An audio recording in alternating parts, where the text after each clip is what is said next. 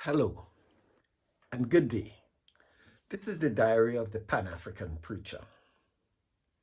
Dr. Martin Luther King once said, "Injustice anywhere is a threat to justice everywhere." He said, "We are caught up in an inescapable network of mutuality, tied in a single garment of destiny. Whatever affects one directly affects all indirectly." One of the motivating desires of African nations in this post independence era is to attain positions of leadership on the international scene. We love the accolades of Kenyan athletes winning races at the Olympics. It is with a great sense of pride we stand in attention when the Kenyan national anthem is played at the United Nations and at other fora.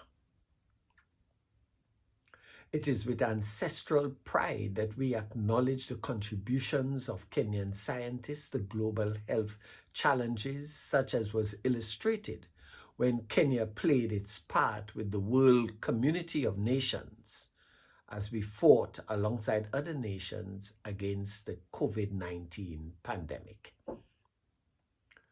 We in the African diaspora are deeply proud of the advances of African nations on the continent and in global affairs. We are committed to supporting the development of Africa on global bodies such as the United Nations and so forth.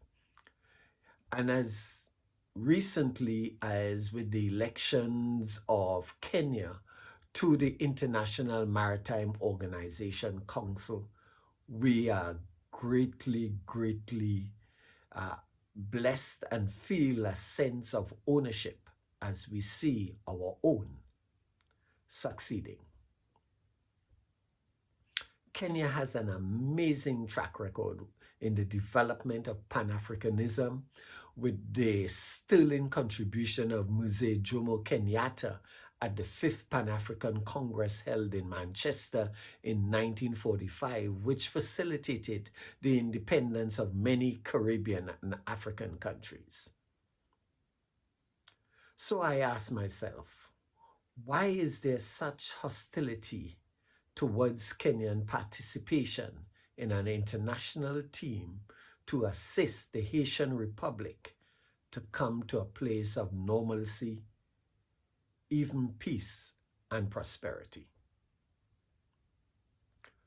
We are asking Kenyans to reach out and help a fellow nation in its time of desperate need. In keeping with Kenya's historical commitment to Pan-Africanism and the spirit of Harambee, it is only right and proper that it should come to the aid of a fellow African nation as Haiti,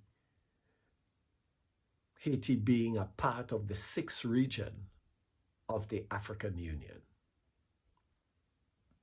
It is also great to see the maturity being demonstrated by Kenya's civil society organizations in their ability to mobilize the wider populace to have a voice or have their voice heard in Kenya foreign policy initiatives.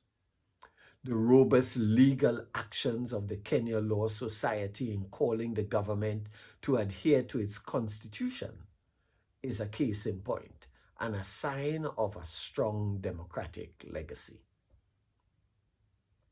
Indeed, we are mindful of the fact that Kenya's current security challenges on its northern border and some of its organizational weaknesses associated with human rights accusations and law and order domestically, we are very much aware of those factors. However, I am surprised that there is not also robust voices seeking to keep Kenyans abreast of the fact that it has also been a recipient of political intervention and military and financial recipient Diplomatic and financial aid has come to Kenya also in its own time of need. The failure by responsible media outlets in Kenya to inform the general public of this is indeed sad. And so we ask that you would join with the Caribbean community to help Haiti at this desperate time in its history.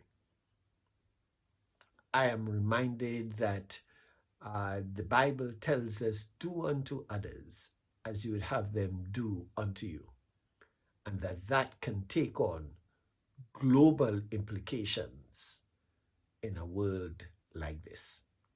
Ashe.